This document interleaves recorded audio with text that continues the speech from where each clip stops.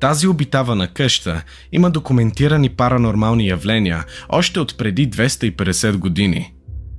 Момичетата от YouTube канала CVS Paranormal Wiki решават да видят сами какво се крие в къщата на Мерли. Докато снимат, виждат нещо да се мърда, след което уловяват тропания из стаята, но не могат да преценят откъде идват. Ако това не е достатъчно притеснително, вижте какво се случва с плюшената им играчка.